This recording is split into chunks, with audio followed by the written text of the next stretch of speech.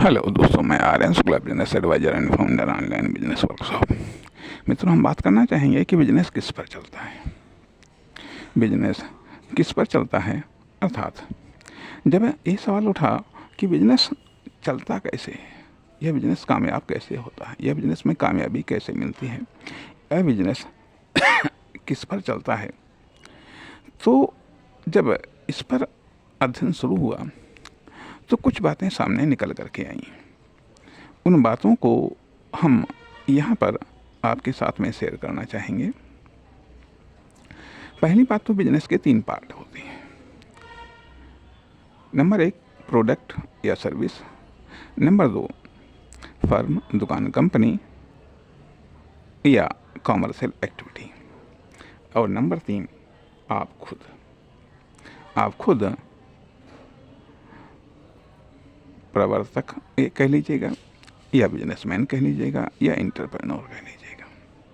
ठीक है, ये बिजनेस के 3 पार्ट होते हैं।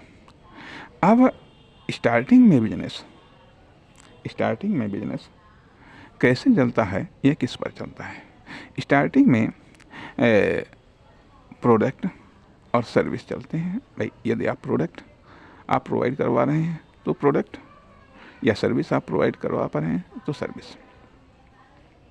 तो स्टार्टिंग में रन करता है, मतलब जो प्रोडक्ट या सर्विस कैसे रन करते हैं।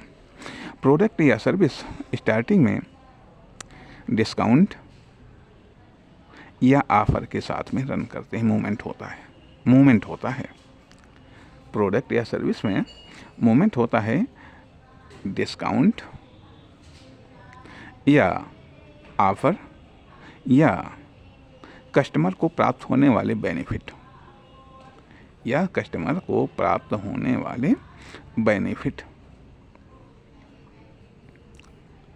इन 3 चीज़ों से स्टार्टिंग में प्रोडक्ट रन करता है। अब जैसे मान लिया, मतलब कस्टमर को प्राप्त होने वाले बेनिफिट और ऑफर। जैसे जब जियो फ़ोन लॉन्च हुआ तो उसमें ये है, एक तो कस्टमर को बेनिफिट ये मिल रहे थे कि 4G सेट कीपैड में मिल रहा था, वो भी 1500 में, जिसमें एक सिंपल सा मोबाइल सेट मिलता था। ये कस्टमर को बेनिफिट था। दूसरा बेनिफिट क्या था, ये कहा गया कि हाँ 3 साल बाद में ये 1500 रुपये वापस किसको मिले मैं नहीं जानता, कम से कम मुझे नहीं मिलेगा। तो वो प्रॉफिट रन कर गया, मतलब वो प्रोडक्ट की मतलब ऑफर या कस्टमर को प्राप्त होने वाले बेनिफिट। अब डिस्काउंट यदि किसी प्रोडक्ट पर आपने डिस्काउंट दिया हुआ है, डिस्काउंट 3 प्रकार का होता है। एक तो ये डिस्काउंट होता है कि उसके रेट में कम कर दो, उसमें एक्स्ट्रा जोड़ दो, तथा उसके साथ में कोई अन्य प्रोडक्ट लगा दो।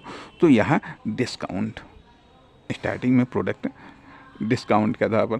और ऑफर जब उस प्रोडक्ट के साथ में कोई अन्य प्रोडक्ट लगा दिया जाता है फ्री, तो यह ऑफर या कुछ अन्य प्रकार के ऑफर्स या इनाम वगैरह, ये चीज़ें या कुछ एक्स्ट्रा बेनिफिट प्रोडक्ट या सर्विस के साथ में लगा दिए जाते हैं।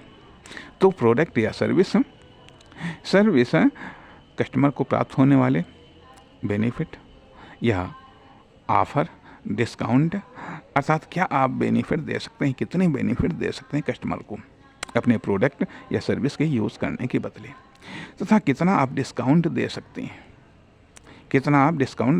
और यह डिस्काउंट या ऑफर या बेनिफिट एक तो होते हैं जो कस्टमर को दिए जाते हैं। दूसरी चीज़, जब बिजनेस टू बिजनेस आपका प्रोडक्ट है या सर्विस है, तो उसके लिए सेकंड बिजनेस के लिए जो आपका कस्टमर होगा, वो बिजनेस, उसके लिए क्या आप डिस्काउंट दे रहे हैं, क्या आप बेनिफिट दे रहे हैं, क्या उसको आप ऑफर दे रहे हैं, इससे भी प्रोडक्ट या सर्विस रन करता है। आपकी सर्विस को चाहे मतलब यदि बिजनेस यूज़ कर रहा है, कोई बिजनेस टू बिजनेस है, तो उसको क्या ऑफ़र मिल रहे हैं, क्या डिस्काउंट मिल रहे हैं, क्या उसको फैसिलिटीज़ मिल रही हैं, क्या उसको सुविधाएं मिल रही हैं, क्या उसको बेनिफिट मिल रहे हैं, तथा यदि कस्टमर यूज़ कर रहा है तो कस्टमर को क्या बेनिफिट मिल रहे हैं, क्या उसको डिस्काउंट मिल रहा है, क्या उसको ऑफ़र मिल रहा है।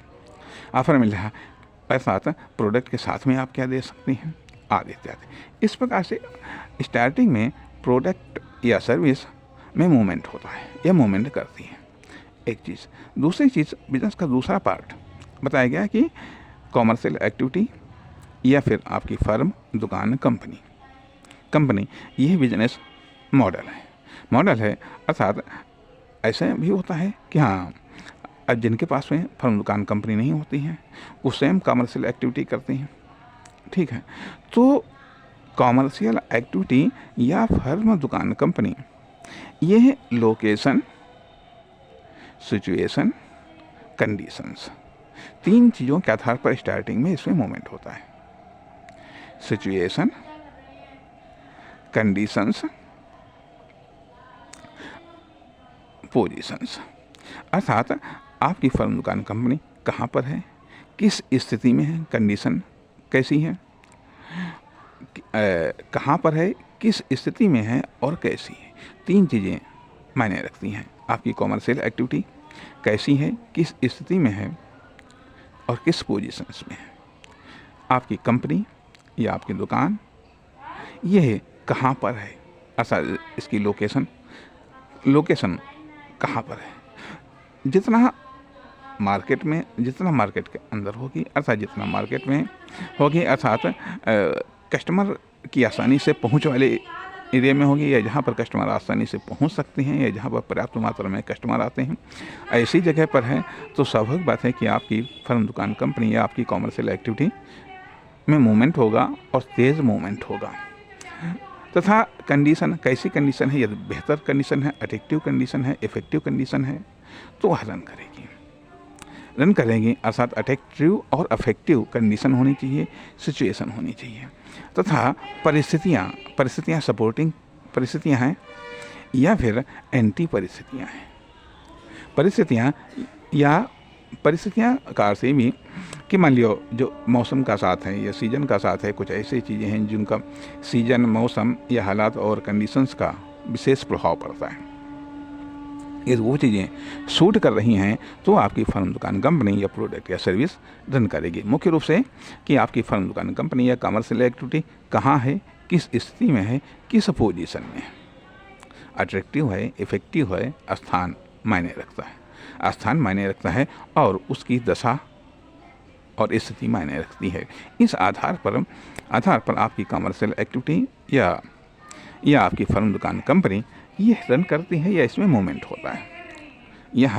होता है। अर्थात ये चीज़ें फर्म, दुकान, कंपनी या आपकी कॉमर्शियल एक्टिविटी को सपोर्ट करने वाली हैं। ये इसलिए ये बिजनेस के सेकंड पार्ट कैसे रन करता है, कैसे मूवमेंट होता है, इसमें ये चीज़ें बताई जा रही हैं। तथा बिजनेस का जो थर्ड पार्ट है, जो आप हैं, बिजनेसमैन हैं, एंटरप्रेन्योर हैं तथा प्रवर्तक भी हो सकते हैं। तो अब यहाँ पर आप पब्लिक सेक्टर से आ रहे हैं या आप कॉमर्शियल सेक्टर से आ रहे हैं या फिर आप वीआईपी या वीवीआईपी सेक्टर से आ रहे हैं या फिर रेयर सेक्टर से, किस सेक्टर से आ रहे हैं, ये भी मायने रखता है। क्योंकि यह जो सेक्टर है यह आपकी सोच को दर्शाता है, आपकी स्थिति, कंडीशंस को दर्शाता है, आपकी लाइफ को दर्शाता है, आपके एक्सपीरियंस को दर्शाता है, आपके कुछ हद तक टैलेंट को भी दर्शाता है, कुछ हद तक विशेषज्ञता को भी दर्शाता है। अर्थात यह एक फाउंडेशन चीज़ें आपकी हैं, ये फाउंडेशन चीज़ें हैं। दूसरी चीज़ आती है कि आपने अर्जित क्या किया है, जो आपको ये मिला है, ठीक है। आपने फिर अर्जित क्या किया है, मेहनत से आपने क्या चीज़ें सीखी हैं, क्या चीज़ें आपके पास में हैं, क्या चीज़ें होनी चाहिए, आज इत्यादि व्यापक पहलुओं में आपकी टोटल प्रॉपर्टी क्या है, ठीक है। आपकी टोटल प्रॉपर्टी क्या है। तीसरी चीज़ आती है कि आपकी टोटल प्रॉपर्टी डिफाइंड हो गई। उसके बाद में फिर आती है बात कि जो आपका कम्युनिकेशन स्किल है, कंट्रोलिंग सिस्टम है, आपका नज़रिया, आपका दृष्टिकोण, आपके सपने, आपका लक्ष्य, आपका मोटिवेशन, आपकी विल पावर, आपकी ड्रीम पावर, ये तमाम सारे अच्छे गुण, अच्छी क्वालिटी, बेहतर क्वालिटी, इनसे आप मार्केट से जुड़ सकते हैं अच्छी तरीके से, कस्टमर से अच्छी तरीके से जुड़ सकते हैं, एम्प्लॉई से अच्छी तरीके से जुड़ सकते हैं, पहल कर सकते हैं, ट्राई कर सकते हैं और हिम्मत नहीं हार सकते हैं। इसलिए यह तमाम सारे नैतिक और अच्छे गुणों से आप मूवमेंट करते हैं, आप रन करते हैं। इसलिए बिजनेस की ये तीनों पार्ट अपनी अलग अलग विशेषताओं के कारण इनमें मूवमेंट होता है या रन करते हैं। लेकिन इसके बाद में टोटल ऑल बिजनेस, अर्थात ये बिजनेस के जो अलग अलग पार्ट हैं, ये कैसे और किस आधार पर इनमें मूवमेंट होता है या किस आधार पर रन करते हैं। लेकिन जो टोटल पार्ट है और इनकी क्रियाओं के कारण, इनके कार्यों के कारण, इनकी एक्टिविटी के कारण, इनकी क्रिएटिविटी के कारण, इनकी प्रोडक्टिविटी के कारण जब ये कस्टमर के टच में आते हैं, पब्लिक के टच में आते हैं तो पब्लिक का या कस्टमर का टेस्टिंग का दौर शुरू होता है। पहले तो प्रारंभिक दृष्टिकोण के आधार पर वो ये देखता है कस्टमर या पब्लिक ये टेस्ट करने लायक हैं या नहीं हैं। जब टेस्ट करने लायक समझता है तो वह टेस्ट करता है, अर्थात प्रयोग करता है, उपयोग करता है, उपभोग करता है। अब चाहे वह कस्टमर पब्लिक का कस्टमर हो, चाहे वो बिजनेस टू बिजनेस का कस्टमर हो, अब जब ये ट्रायल करता है या ख़रीदता है, या आप इसको ऑफ़र देते हैं, नहीं तो फ्री में ही ऑफ़र दे देते हैं कि चलो ट्राई करो कम से कम, तो उससे क्या होता है कि उससे एक बिलीव उत्पन्न होता है, कि एक विश्वास उत्पन्न होता है। जैसे कि मान लिया अभी जियो वालों ने ऑफ़र दिया कि 1 साल तक फ्री 4G इंटरनेट का प्रयोग करो, 4G इंटरनेट का प्रयोग करो, इंटरनेट के इस्तेमाल का ऑफ़र दे दिया, 1 साल तक फ्री इस्तेमाल करो। जब आपको बढ़िया लगेगा तो विश्वास पैदा हो जाएगा, और विश्वास पैदा होने के बाद में फिर आप उसको परचेज़ करने लगेंगे। जब परचेज़ करने लगेंगे तो फिर तो क्या होगा, एंजॉय करके फिर जो घाटा है 1 साल तक का, वो घाटा पूरा कर लिया जाएगा। अभी जैसे हाल ही में 25% बढ़ाया गया, लगभग 20 से 25% बढ़ाया गया। जो भी घाटा हुआ होगा सब धीरे धीरे पूरा हो जाएगा। इन ऑफर्स या अन्य चीज़ों के कारण कंपटीशन लगभग समाप्त सा हो गया। केवल 3 कंपनियों में कंपटीशन बचा जा करके अगर एक ने बढ़ाया दूसरे ने भी बढ़ा दिया, ठीक है। तो अब जैसे 5G पर ऑफ़र चल रहा है, तो कहने का अर्थ यह बनता है कि ये जो चीज़ें हैं, जब कस्टमर को आप नहीं कस्टमर यदि खरीद करके नहीं टेस्ट कर रहा है तो उसको फ्री में टेस्ट करवाओ। फ्री में भी नहीं टेस्ट कर रहा है तो उसके साथ में भी कुछ ऑफ़र लगा दो, कम से कम उसको यूज़ करे, इस्तेमाल करे। वह अच्छी चीज़ हो या ख़राब चीज़ हो, ख़राब चीज़ों की भी लत पड़ जाती हैं, तो अच्छी चीज़ों की क्यों नहीं लत पड़ेगी। जब ख़राब चीज़ों की, पान पुड़िया, बीड़ी, तंबाकू, शराब, इन सब चीज़ों की लत पड़ सकती हैं, तो इनकी क्यों नहीं पड़ेगी। शुरुआत में फ्री यदि आप कर सकते हैं तो, नहीं तो फ्री में ऑफ़र दीजिएगा, या खरीदने के लिए आप प्रेरित करें, उत्साहित करें आदि। तो कहने का अर्थ यह कि सर्विस के इस्तेमाल के लिए या फिर प्रोडक्ट के इस्तेमाल के लिए इस तरीके से जब कस्टमर उसको इस्तेमाल करता है तो उससे उसके फ़ायदे या नुकसान पता चलते हैं, एक चीज़। दूसरी चीज़ आती है कि उसको उपयोग करना आता है। तीसरी चीज़ उसका एक विश्वास, उसका एक लगाव, या वह उसके टोटल कंजप्शन में, चाहे बिजनेस टू बिजनेस हो या पब्लिक हो, उसके टोटल कंजप्शन में उस प्रोडक्ट या सर्विस का एक स्थान बन जाता है। फिर जब उसका वो इस्तेमाल नहीं करता तो उसका भाव फील होता है, परिणाम वो फिर से रिपीट होता है। इस तरीके से प्रोडक्ट और पब्लिक या कस्टमर की जान पहचान बननी चाहिए। आपके प्रोडक्ट या सर्विस की कस्टमर से या पब्लिक से जान पहचान बननी चाहिए। जान पहचान बनने के साथ में फिर रिलेशन बनना चाहिए, फिर आदान प्रदान करना चाहिए, आदान प्रदान होना चाहिए, अर्थात आपका प्रोडक्ट या आपकी सर्विस कस्टमर के, पब्लिक के टच में होना ही चाहिए। पब्लिक या कस्टमर आपके प्रोडक्ट या आपकी सर्विस के टच में होना ही चाहिए, चाहे ऑफ़र के द्वारा हो, चाहे डिस्काउंट के द्वारा हो, चाहे संपर्क के द्वारा हो, चाहे एडवर्टाइजमेंट के द्वारा हो, किसी भी तरीके से हो। केवल यह जान पहचान बननी चाहिए। जान पहचान को रिलेशन में तब्दील करो, रिलेशन को फिर बिजनेस में तब्दील करने का प्रयास करो। ठीक, इन सब चीज़ों के कारण जो सर्विस या सर्विस और कस्टमर, मतलब सर्विस और प्रोडक्ट से पब्लिक या कस्टमर के बीच में जो रिलेशन बनता है, इससे बिजनेस बनता है। खैर, अब ये चीज़ें क्या होती हैं कि जब ऐसा इस्तेमाल किया गया, उसके बाद में फिर एक विश्वास बनता है, उससे एक विश्वास बनता है कस्टमर का उस प्रोडक्ट पर, उस प्रोडक्ट या सर्विस पर।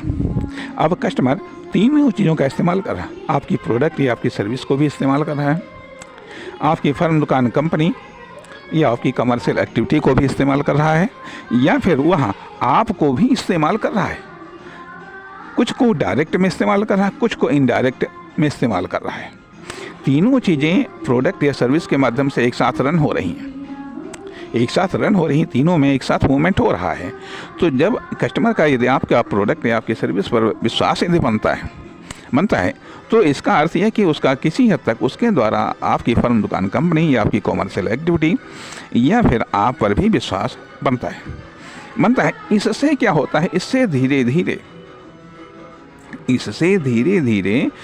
धीरे आपकी प्रोडक्ट की, आपकी सर्विस की, आपकी फर्म, दुकान, कंपनी या कॉमर्शियल एक्टिविटी की, यह आपकी पब्लिक में, कस्टमर के बीच में, मार्केट में एक साख बननी शुरू होती है।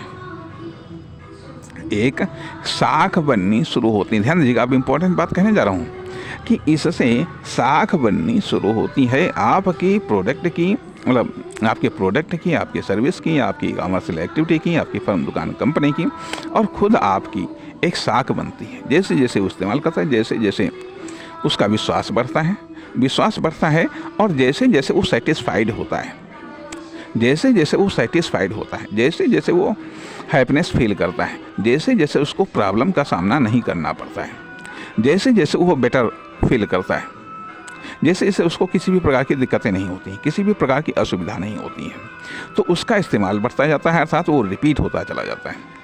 जो कभी एक बार लालच में आया, एक बार टेस्टिंग में आया, एक बार रिपीट हुआ, तो बार बार रिपीट होता है। इससे क्या होता है, इससे साख बनती है। इसलिए टोटल बिजनेस साख पर चलता है। इसलिए कोई भी बिजनेस अंततोगत्वा साख पर चलता है, और यह साख धीरे धीरे बनती है और यह साख धीरे धीरे गिरती है। यह साख धीरे धीरे बनती है और धीरे धीरे गिरती है। इस प्रकार से यह बिजनेस साख पर चलता है, और धीरे धीरे यह साख जब बनने लगती है तो फिर कहने का अर्थ यह बनता है कि फिर ये साख बिजनेस को रन करवाती, न केवल बिजनेस को रन करवाती है बल्कि बिजनेस को फ्लाई करवाती है। बिजनेस को यह फ्लाई करवाती है।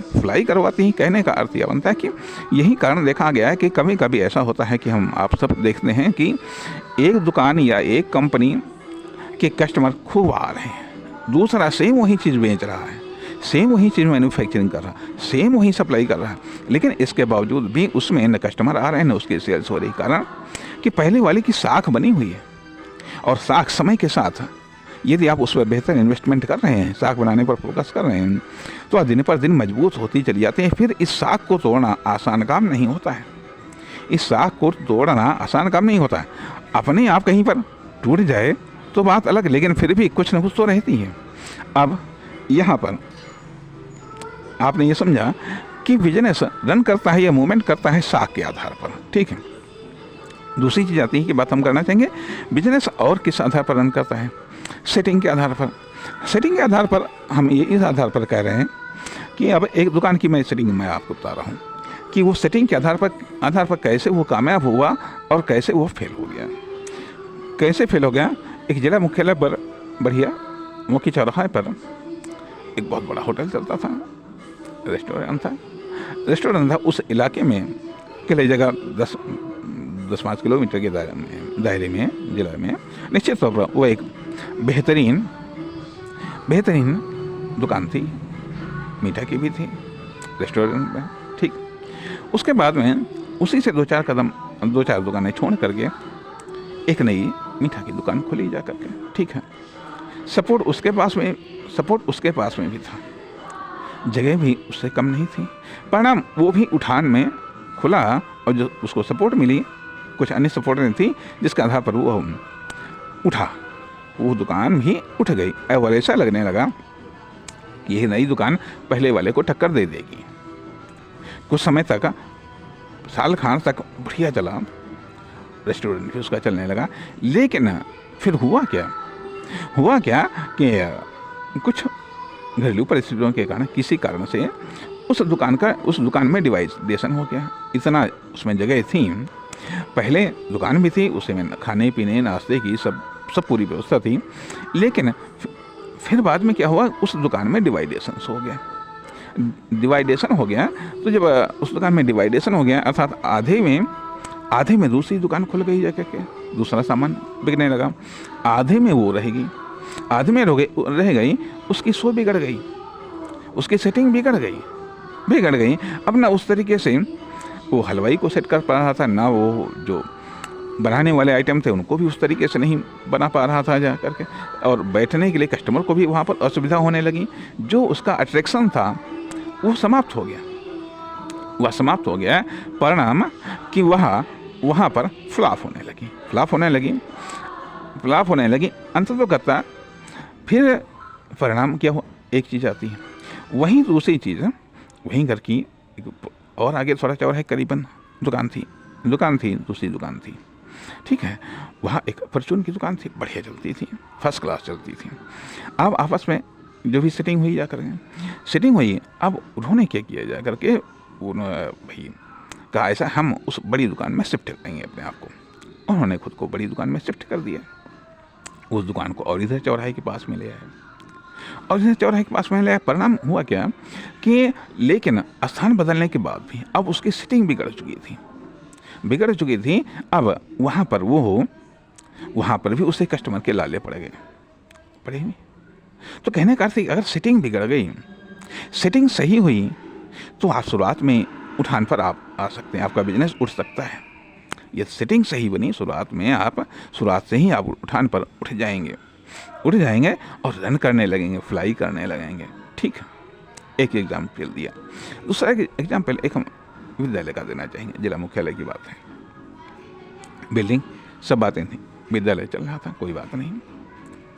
जो भी उसमें मूवमेंट हो रहा था, एक नए प्रधानाचार्य है, उन्होंने जो भी उसमें परिवर्तन किया, या कहीं जो भी मेहनत की, या जो भी उनका नज़रिया था, जो भी उस सिस्टम को उन्होंने डील किया, परिणाम उसको उठाना शुरू कर दिया। न केवल उठाया, उसको बिल्कुल जंप करवा दिया, जिसको कहते हैं कि शहर में तूती बोलना। जो पहले से अच्छे खासे थे विद्यालय, बढ़िया उनका स्टेटस था, वहाँ से कस्टमर कटने लगे, वहाँ से बच्चे कटने लगे, वहाँ पर जाने लगे। बिल्कुल कहना चाहिए जिसको सीख खड़ी कर देना, हार्ड डिसिप्लिन, हर चीज़ में जिला में टॉप करने लगा, बहुत बढ़िया चलने लगा, बहुत बढ़िया, कहना चाहिएगा विद्यालय का नाम चलने लगा, और प्रधानाचार्य का नाम चलने लगा, खूब चला जा करके। लेकिन दुर्भाग्य क्या हुआ, ठीक है, कुछ बीमार पड़े जा करके, और वो खत्म हो गए। अब उसके बाद में जो नहीं आए, अर्थात वो यहाँ पर उन्होंने क्या किया कि एक शाख को डेवलप कर दिया। उन्होंने सेटिंग को सही करके, आने वाले नए प्रधानाचार्य ने सेटिंग को सही करके शाख को डेवलप कर दिया, क्वालिटी को डेवलप कर दिया। जो भी मान लीजिए, जो भी चाहे अभिभावक के रूप में, चाहे विद्यार्थी के रूप में जो भी आता था, उसको एक बेहतर बेनिफिट या बेहतर उसको क्वालिटी देने का पूरा प्रयास किया, न केवल दिया, पर बेहतर शाख डेवलप हो गई। अब बीमारी के कारण ख़त्म हो गए। अब जो नए आए वो उस क्रेडिट को, उस क्वालिटी को नहीं संभाल पाए, या उस सेटिंग को वो कंट्रोल नहीं कर पाए, या उस सेटिंग को वैसी नहीं चला पाए। सब कुछ वही था, सिर्फ केवल प्रधानाचार्य नहीं था, केवल प्रधानाचार्य नहीं थे, बाकी स्टाफ भी सब वही था, मैनेजमेंट भी था, बिल्डिंग भी थी, सारे संसाधन भी थे। लेकिन इसके बावजूद भी, इसके सब कुछ होने के बावजूद लेकिन सेटिंग गड़बड़ हो गई। मतलब सेटिंग को सेट नहीं कर पाए और उस तरीके से नहीं चल पाए। कह लीजिएगा ड्रीम पावर नहीं थी, या मान लिया जो भी कह लीजिएगा, कुल मिलाकर के एक जो टॉप पर था, ये टॉप पर जो पहुंच गया था, जिसको कहते हैं फर्श से अर्श पर पहुंचना, वो धीरे धीरे फिर एक एवरेज लेवल पर आ गया, एवरेज से भी डाउन हो गया। आखिरकार क्यों? यहाँ पर ये बिजनेस किस आधार पर चला? यहाँ पर ये बिजनेस, स्वाभाविक बात है कि टीम वर्क है, या टीम का जो शीर्षस्थ मैनेजमेंट है, कंट्रोलिंग सिस्टम्स है, जो एक प्रधानाचार्य के रूप में था, उसके आधार पर वो बिजनेस रन किया, न केवल रन किया बल्कि फ्लाई किया। इसलिए बिजनेस चलता है क्रेडिट के आधार पर, साख के आधार पर, अंतर्गतता। और इस साख का निर्माण आपकी प्रोडक्ट या सर्विस से, आपकी फर्म, दुकान, कंपनी से, आपकी कॉमर्शियल एक्टिविटी से, आपसे, यहाँ तक कि आपकी टीम के कार्यों से भी साख बनती है, टीम के कैरेक्टर से भी साख बनती है। इसलिए साख से बिजनेस रन करता है और साख धीरे धीरे बनती है। और यदि वहीं एक और एग्जाम्पल हम देना चाहेंगे, जैसे कि मान लिया एक ठीक विद्यालय था, मतलब यह विद्यालय के संबंध में ये किसी फर्म, दुकान, कंपनी या कॉमर्शियल एक्टिविटी पर भी लागू होता है। एक जगह की बात है कि उन्होंने ठीक संभाला विद्यालय को, सुराग से उठाया और खूब उठा करके ले गए। लेकिन जब किसी कारण से तनाव हो गया, जा करके जो भी मैनेजमेंट कह लीजिएगा, तो उन्होंने अपने समय से ही उसको डाउन करना शुरू कर दिया, जान गए कि हमको यहाँ पर छोड़ना है, हमको नहीं टिकवाना है। उन्होंने उसका कंपटीटर बिल्ड कर दिया और अपने समय से थोड़ा साख को डाउन करना शुरू कर दिया। खैर फिर वो चले गए, उनको हटना ही था, दूसरे आए, उन्होंने भी कुछ हद तक संभाला, फिर उनको भी जाना पड़ गया। कहने का अर्थ है कि विद्यालय धीरे धीरे उसकी साख डाउन होने लगी, या कह लीजिएगा बर्बाद होने लगी। उसकी सेटिंग भी, उसकी टीम भी सब खड़बड़ हो गई, नए सिरे से सब गठन, संचालन सब हुआ। परिणाम कि जो भी बाद में आए, एक से कर्मठ आए, लेकिन न वो उसने कर्मठता वो दिखा पाए कि परिणाम साख ही डाउन हो गई, खराब हो गई या बेकार हो गई, फिर उसको उठाना असंभव, अंततोगत्ता पूरी तौर से वो फ्लॉप हो गया। कहने का अर्थ है कि साख एक बार डाउन होने के बाद में या खराब होने के बाद में फिर उसको उठाना मुश्किल ही नहीं, असंभव हो जाता है। इसलिए बिजनेस साख पर चलता है। नमस्कार, धन्यवाद।